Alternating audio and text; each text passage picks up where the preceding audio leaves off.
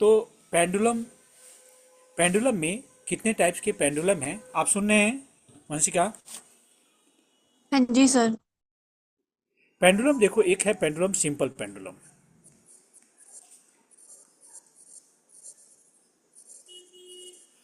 Simple pendulum एक topic है। दूसरा, अगर इसमें आप ध्यान देंगे तो दूसरा जो सेकंड पेंडुलम है वो है फिजिकल पेंडुलम।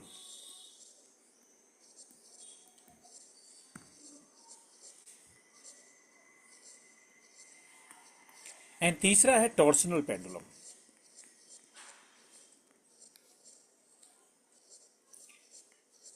मुझे क्या है कि इस पेंडुलम के नाम और उसके क्या शेप हो सकते हैं और क्या उसका टाइम पीरियड है, इन चीज़ों से मतलब है। तो फिजिकल पेंडुलम जो सबसे पहला पेंडुलम के बारे में हमने डिस्कशन किया, वो कुछ इस टाइप से पेंडुलम है। यहाँ पे उसका पॉइंट ऑफ सस्पेंशन है और यहाँ से एक बॉब होगा और बॉब ऐसे ऐसे रोटेट करता है। यहाँ पे इसकी इसकी लेंथ एल है, मास एम है, और ये हमारा फिजिकल पेंडुलम है जिसकी जो टाइम पीरियड है T equal to 2 pi root under L upon G, ये टाइम पीरियड आता है फिजिकल पेंडुलम, जो हमारा सिंपल पेंडुलम है। इसे मैंने जो पहले भी डिस्कशन किया कि अगर टेम्परेचर की वजह से टेम्परेचर की वजह से इसकी लेंथ में चेंज हो सकता है। मैंने कहा टेम्परेचर की वजह से इसका लेंथ चेंज हो सकता है। अगर लेंथ चेंज होगा तो लीनियर एक्सपेंशन में आपने पढ़ा होगा L equal to L not into one plus alpha delta T, कोई फॉर्मूला पढ़ा होगा, हमने शुरू में पढ़ा है लीनियर एक्सपेंशन में, थर्मल एक्सपेंशन में। उसी तरीके से जी, अगर जी का वेरिएशन होता है, जी किसी भी तरीके से वेरी करता है, तो यहाँ पे जो जी आपको दिख रहा है वो जी चेंज होगा। जैसे कि डेप्थ में आप G equal to G into one minus D by R लेते हैं, और हाइट में आप लेते हैं G equal to G into one minus two H by R. ये सब जो टॉपिक आपने पढ़ा है उसके अंदर आपने ये जरूर पढ़ा है कि ये कौन चीज़ किसके हिसाब से चेंज होता है। यस। Yes sir. तो जी अब क्या होता है कि इस फॉर्मूले में किसी भी तरीके से चेंज होगा तो यहाँ पे चीजें होगी। सेकेंड, हम आते हैं फिजिकल पेंडुलम। जो मैंने फिजिकल पेंडुलम के बारे में बात करते हैं, फिजिकल पेंडुलम में क्या होता है कि एक ऑब्जेक्ट होता है, मास टाइप रिजिड बॉडी होता है, और फिक्स्ड सपोर्ट होता है। यहाँ पे एक मैंने वर्ड बोला रिजिड बॉडी, जिसको एक फिक्स्ड सपोर्ट होगा। रिजिड बॉडी फिक्स सपोर्ट है और पूरी की पूरी बॉडी रोटेट करता है। तो मैं एक एग्जांपल बताता हूँ कि मैंने कुछ इस टाइप से एक बॉडी ले लिया, इस टाइप से बॉडी ले लिया और इसका यहाँ पे फिक्स सपोर्ट हमने बना दिया। तो फिक्स सपोर्ट इसका हुआ। अब ये बॉडी, मान लो जो मैंने डायग्राम बनाई, ये डायग्राम कुछ घूम के कुछ इस टाइप से बन गया, मतलब ये पहली पोजीशन है, दूसरी पोजीशन है, और ये फिक्स सपोर्ट है, मान लो ऐसे है। तो बॉडी का कोई सेंटर ऑफ मास होगा, वो यहाँ पे वेट एम जी नीचे की तरफ काम करेगा, और इसकी कुछ लेंथ, मान लो अपनी जगह से कुछ लेंथ, यहाँ पे लेंथ चेंज हो रहा है, थीटा चेंज हो रहा है, कुछ ऐसी चीज़ें होती है। तो इन सब चीज़ों को मिला के इसका जो टाइम पीरियड का फॉर्मूला है M G L upon I. M G L upon I. G क्या है यहाँ पे, कैपिटल जी इसकी सेंटर ऑफ मास है और ओ पॉइंट ऑफ सस्पेंशन है। ओ हो गया पॉइंट ऑफ सस्पेंशन और जी हो गया सेंटर ऑफ मास। इस दोनों के बीच की डिस्टेंस हमने ओ जी को एल लिखा है, और आई इसकी मोमेंट ऑफ इनर्शिया है। I is moment of inertia. ये एक्चुअल में टाइम पीरियड नहीं है, इसका डेरिवेशन है।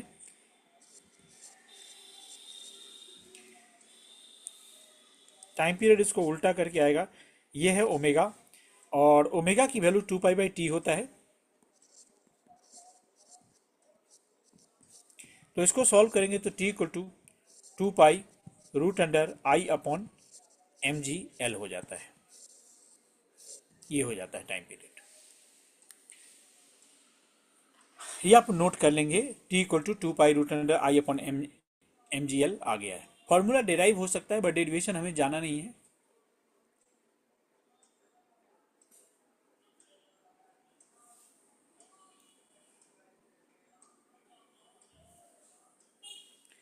इसके और आगे बढ़ेंगे तो हम लेते हैं टॉर्सनल पेंडुलम।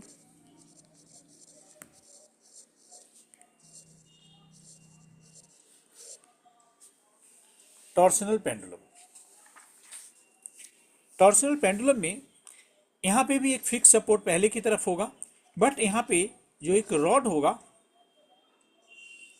ये रॉड खुद से रोटेट नहीं होगा, रॉड ये घूमेगा, मतलब रॉड मूवमेंट नहीं होगा, रोटेट करेगा। तो अगर यहाँ पे कोई सॉलिड ऑब्जेक्ट, मान लो यहाँ पे इसके अंदर हम एक सॉलिड ऑब्जेक्ट बनाते हैं, सॉलिड ऑब्जेक्ट बनाते हैं, तो इसके अराउंड ये बॉडी रोटेशन होगा कुछ इस टाइप से, यहाँ से। तो यहाँ पे इसकी जो time period T equal to 2 pi root under I upon K होता है, आई अपॉन के।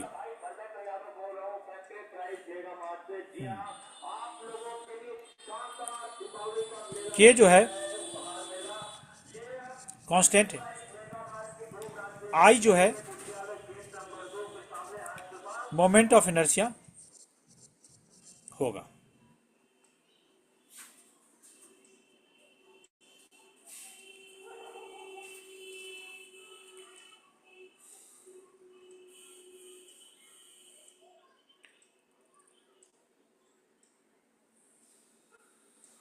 सर के को बस कांस्टेंट बोलेंगे? हाँ, कांस्टेंट बोलेंगे, वो कांस्टेंट गिवन होगा क्वेश्चन में। अच्छा, ओके सर। ये कौन सा, ऐसे इस कांस्टेंट को आप एक्चुअली इसको रीस्टोरिंग टॉर्क कांस्टेंट बोल सकते हैं, रीस्टोरिंग टॉर्क कांस्टेंट। वो भी मैं क्लियर कर देता हूँ, ये कांस्टेंट पहली बार यूज नहीं हुआ है, मूविंग कॉइल गैल्वेनोमीटर में भी यही कांस्टेंट यूज होता है। जैसे फोर्स इज इक्वल टू के एक्स आप लिखते हैं, तो टॉर्क इक्वल टू के थीटा लिखते हैं। इसमें ये जो टॉर्क वाला के थीटा है वो वाला यहाँ लगेगा।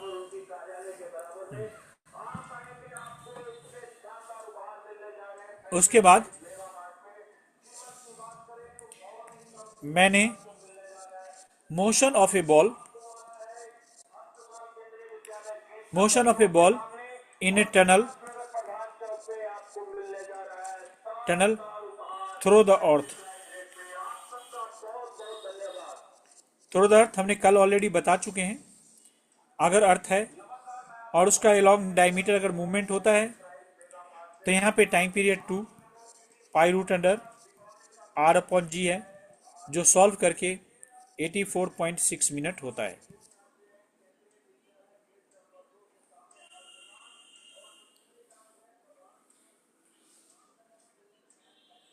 और आगे देखो topic next, oscillation of a floating body, oscillation of floating body in a liquid, flotation of a floating body in a liquid.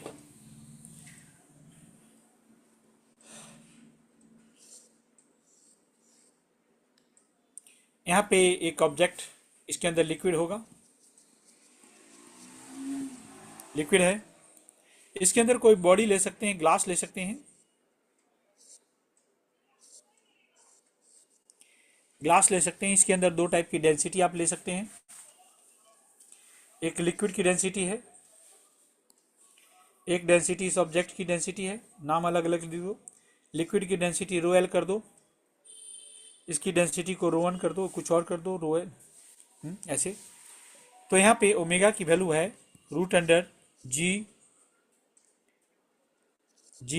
Row L by H rho, ऊपर वाला को रो ही रखते हैं, ये फॉर्मूला। और यहीं से ओमेगा इक्वल टू 2 पाई/T होता है, तो T equal to H rho by G rho L formula कर सकते हैं। सर ये अंडर रूट में क्या लिखा है, एक बार फिर से बताना,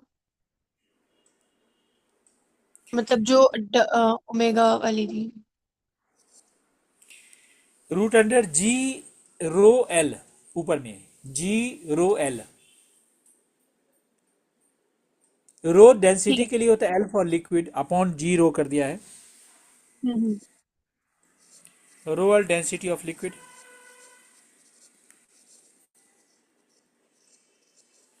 and rho density of object.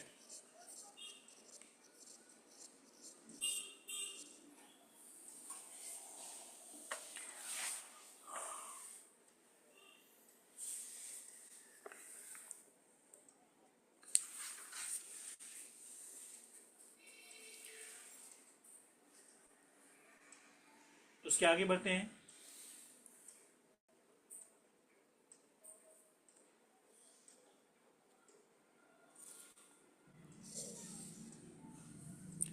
Next topic है उसके आगे,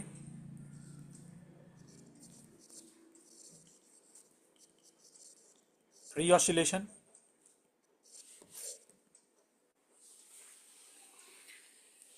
फ्री ऑसिलेशन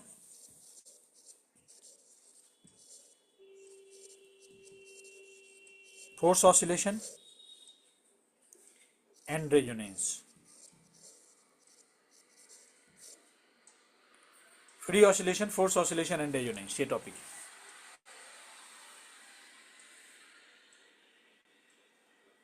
फ्री ऑसिलेशन क्या है?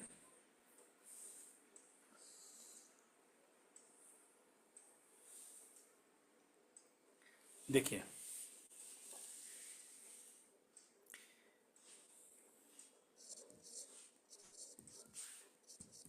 समझिए फ्री ऑसिलेशन क्या होता है। किसी भी ऑब्जेक्ट पे जब एक बार आप फोर्स लगाते हैं, वन टाइम फोर्स, और वो ऑब्जेक्ट मूवमेंट नहीं करता, मतलब मूव करता है, वन टाइम फोर्स लगाने के बाद वो ऑसिलेट करते रहता है, उसको फ्री ऑसिलेशन बोलते हैं। उस समय उसकी जो फ्रीक्वेंसी होती है उसको रेजोनेंस फ्रीक्वेंसी बोलते हैं।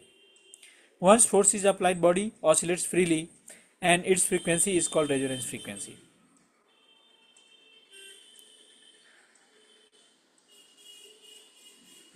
मतलब एक बार फोर्स लगाने के बाद वो फ्रीली ऑसिलेट करता रहता है। राइट, कॉन्टिन्यूस फोर्स नहीं लगता। दूसरा होगा उसकी उसकी फ्रीक्वेंसी को नेचुरल फ्रीक्वेंसी बोलते हैं, रिपीटेड फोर्स नेचुरल। नहीं लगता। हाँ, इसकी फ्रीक्वेंसी को नेचुरल फ्रीक्वेंसी बोलेंगे।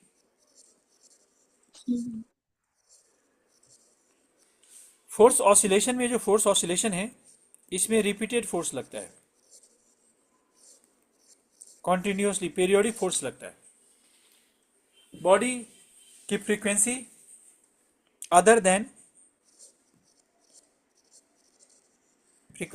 देन नेचुरल होता है, अदर देन नेचुरल फ्रीक्वेंसी।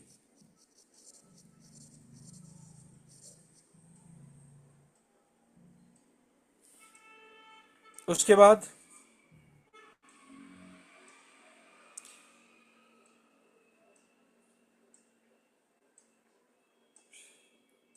तो ये हो गया फोर्स ऑसिलेशन। देखो, फोर्स ऑसिलेशन में रिपीटेड फोर्स जरूरी है and frequency other than natural frequency होगा।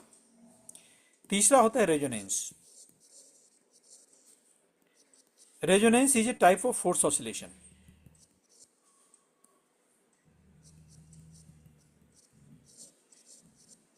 It is a force oscillation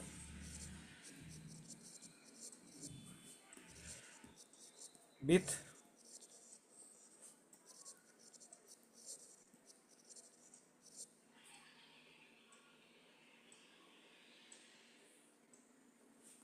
it is a force oscillation with a large amplitude and have frequency same as natural।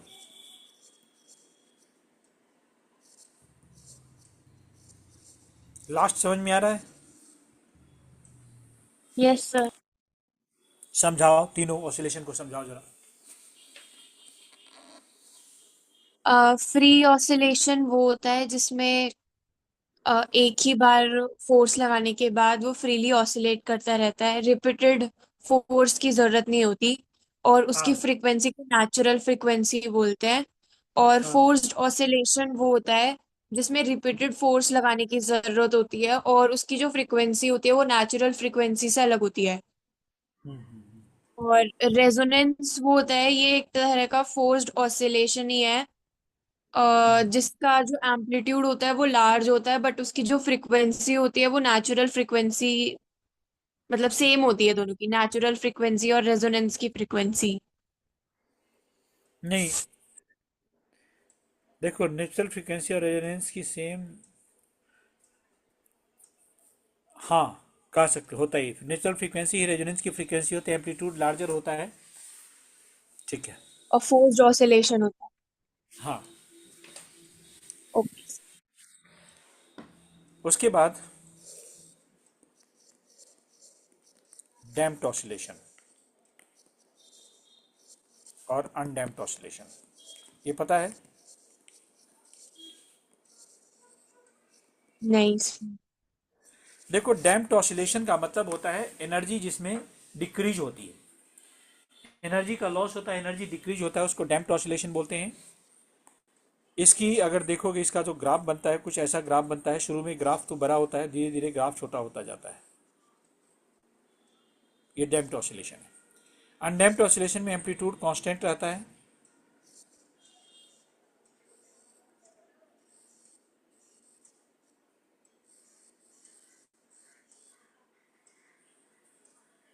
ठीक है। तो ये है हमारे पास अनडैम्प्ड ऑसिलेशन, इसमें एनर्जी का लॉस नहीं होता, इसमें एनर्जी का लॉस होता है, ऊपर वाला में डैम्प्ड ऑसिलेशन है, ये डैम्प्ड ओके ऑसिलेशन सर। है।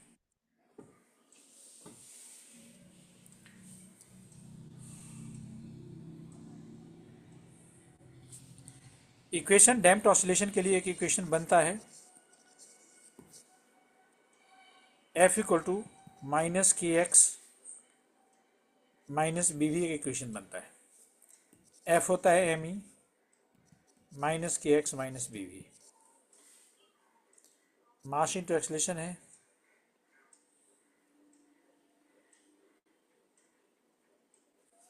तो ये हमारे पास एक इक्वेशन बना सकता है, के एक्स माइनस बी वी ये होता है। एम ए को D two X by D T two कर सकते हैं, डबल डिफ्रेंशिएशन, के अपनी जगह रहने दो, इसको बी को B V V D X by D T आ जाएगा।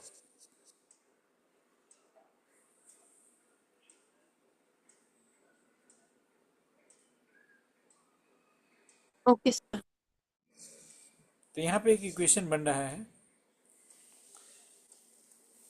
इसको ऐसे भी लिख सकते हैं, M D two X by D T plus B D X by D T plus K X equal to zero.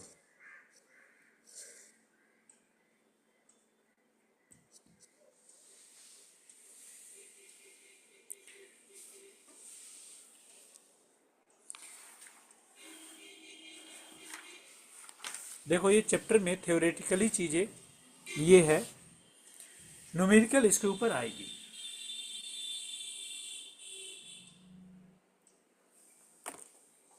Sir ये जो बी है इक्वेशन में, ये क्या है?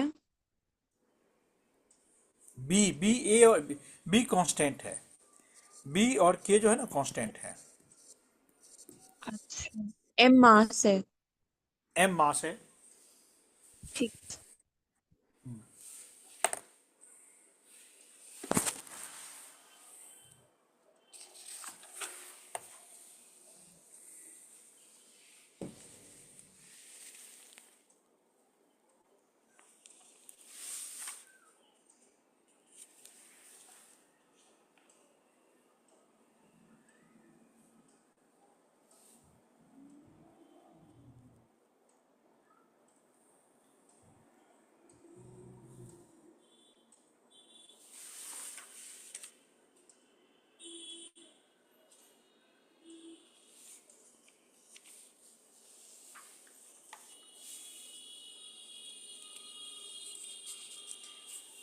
देखो, थ्योरेटिकल चीज़ें इस चैप्टर में जो ऑसिलेशन वाला पार्ट है ना, इसमें इतना ही है, वेव्स वाला पार्ट अलग है, उसके अंदर थोड़ी चीज़ें ज़्यादा है। Okay sir. थोड़ा सा मैं वेव्स भी शुरू करता हूँ, क्लास ज़्यादा लंबी नहीं रखेंगे, जब तक ये चलेगी ना, जब ये 40 मिनट में कट जाती है तो 40 मिनट का ही रखेंगे। ठीक है सर। और थोड़ा वेव्स के बारे में बताता हूँ, क्वेश्चन भी करेंगे इसके। वेव्स क्या होता है? Waves is a disturbance in a medium, disturbance in a medium. Medium में इलास्टिक मीडियम होना जरूरी है वेव्स के लिए, इलास्टिक मीडियम होना जरूरी है, और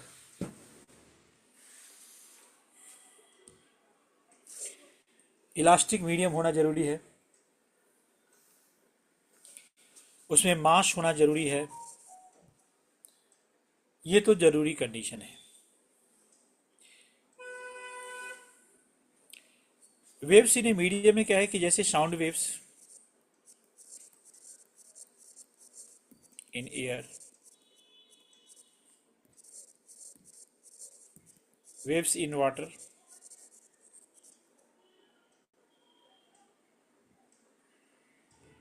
देख रहे हैं sound waves in air, waves in water, ये इसके एग्जाम्पल होते हैं। और भी एग्जाम्पल होंगे। वेव्स में डिस्टरबेंस एंड एनर्जी ट्रेवल करता है। Disturbance and energy travels.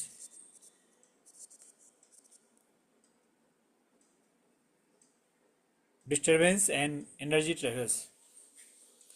Particles of the medium do not travel. Particles of medium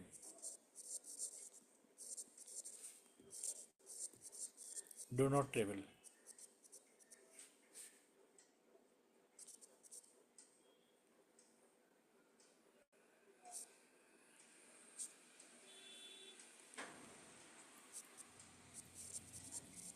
Do not travel कर दी। Particles of medium do not travel.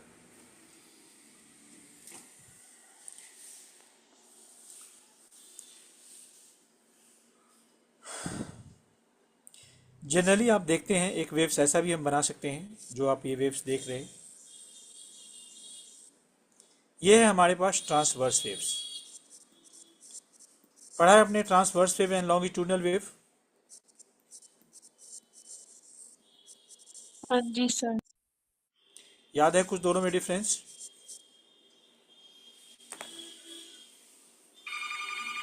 Transverse waves and longitudinal wave में difference बता दो।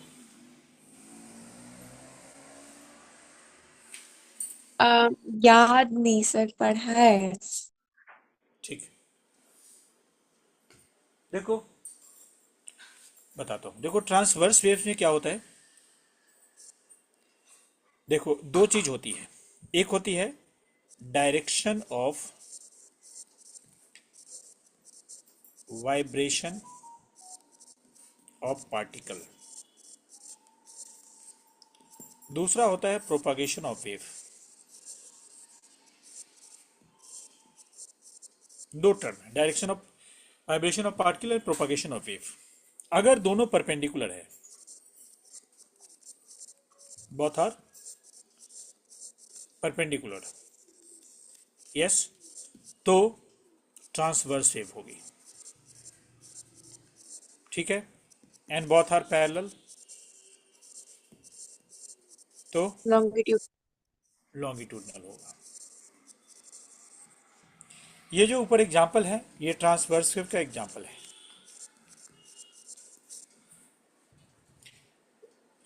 Transverse wave का example है।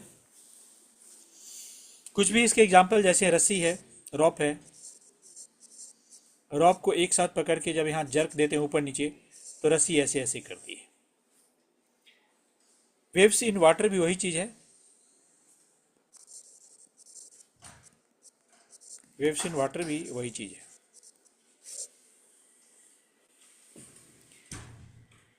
Sound waves in air जो है, ये longitudinal है।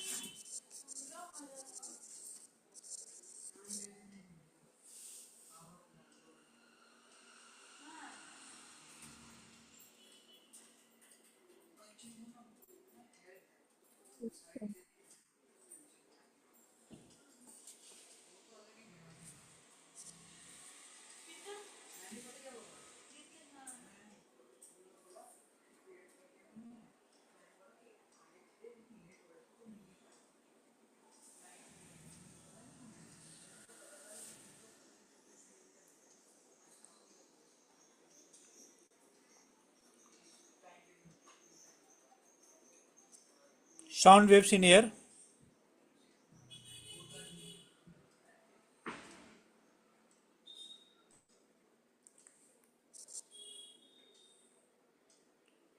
साउंड वेव्स इन एयर,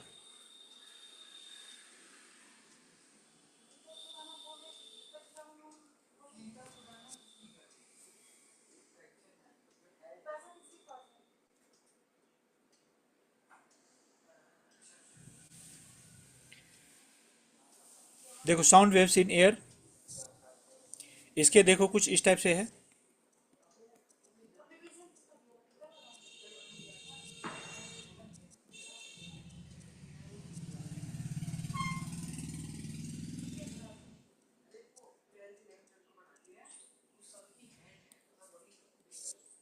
देखो ये एयर के पार्टिकल है और यहाँ से अगर साउंड निकलती है, यहाँ से साउंड निकलती है, तो वेव्स का सिचुएशन कुछ ऐसा बनेगा।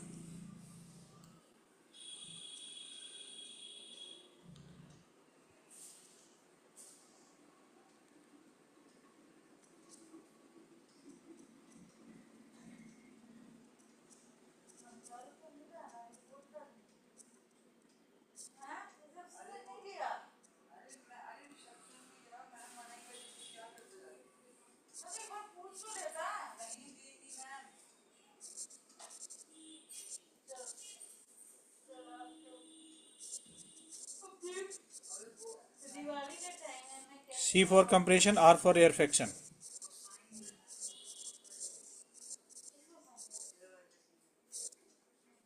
C for compression, R for rarefaction, यहाँ बनता है कंप्रेशन रेयरफेक्शन बनता है। ट्रांसवर्स वेव में कंप्रेशन रेयरफेक्शन बनता है, सॉरी लॉन्गिट्यूडनल वेव में।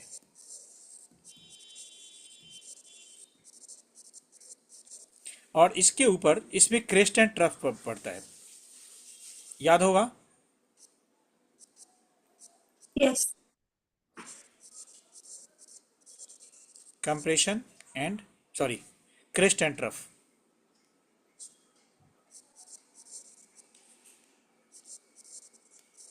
क्रेस्ट एंड ट्रफ बनता है और यहाँ कंप्रेशन रेयरफेक्शन जाता है। Direction of propagation of wave and direction of vibration of particle parallel है।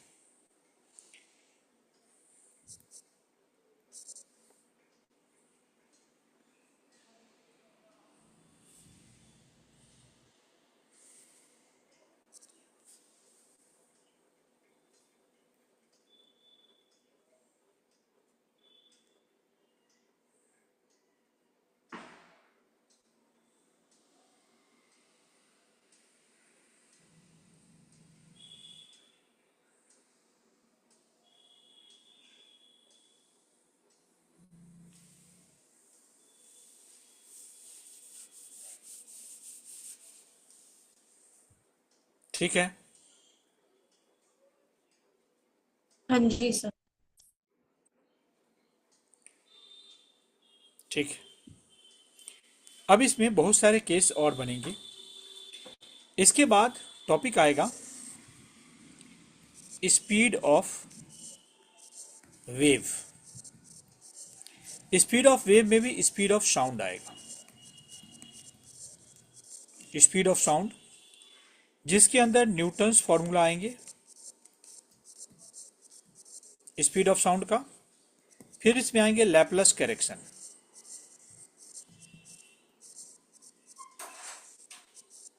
ठीक है, न्यूटन्स फॉर्मूला आएंगे, फिर लैपलेस करेक्शन आएंगे। न्यूटन्स फॉर्मूला बताएगा कि ये प्रोसेस जो है आइसोथर्मल प्रोसेस है, जो कैलकुलेशन के बाद गलत आ जाएगा। फिर इसमें लैपलेस करेक्शन करके बताएंगे जो ये एडियाबेटिक प्रोसेस है। इससे हमें फॉर्मूला सही करके आएगा। समझ रहे हैं? हाँ जी सर।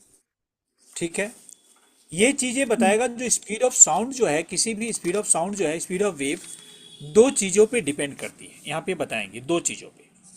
वो बताएंगे वी जो है स्पीड ऑफ साउंड,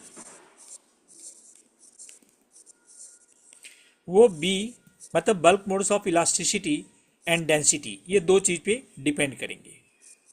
मतलब इलास्टिक प्रॉपर्टी पे डिपेंड करेगा और डेंसिटी पे और डिपेंड करेगा। वही बताएंगे। ये बाद में फिर हमारा फॉर्मूला करेक्ट कन्वर्ट होगा। न्यूटन्स के हिसाब से जो फॉर्मूला बनेगा V equal to root under P by rho, वो सॉल्व करके आता है P by rho, pressure by density. और लैपलेस के हिसाब से यही formula V equal to gamma P by rho हो जाएगा। गामा P बाई रो हो जाएगा।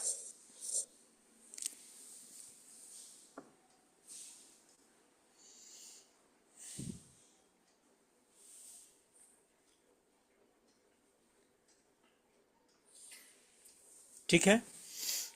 हम्म पी फॉर प्रेशर, गामा, आपको वही गामा जो सीपी बाई सी भी है, ये होता हम्म, है रो डेंसिटी ऑफ द मीडियम आएगा।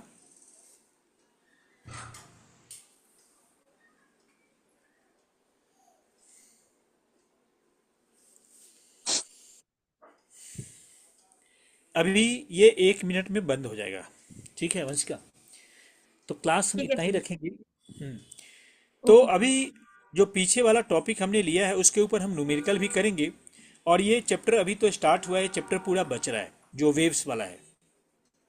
हम्म। इसमें फैक्टर्स अफेक्टिंग, ये सारी चीज़ें के ऊपर हम बात करेंगे। क्या फैक्टर है जो बिट्स होगा, ठीक है सर। और ऑर्गन पाइप वगैरह सब होगा। तो अभी इतना ही रखते हैं, कल की टाइम दे देंगे फिर। हम्म। सर आप ये नोट्स एक बार भेज देंगे? भेज देंगे, भेज देंगे, हाँ भेज देंगे, ठीक है। ओके।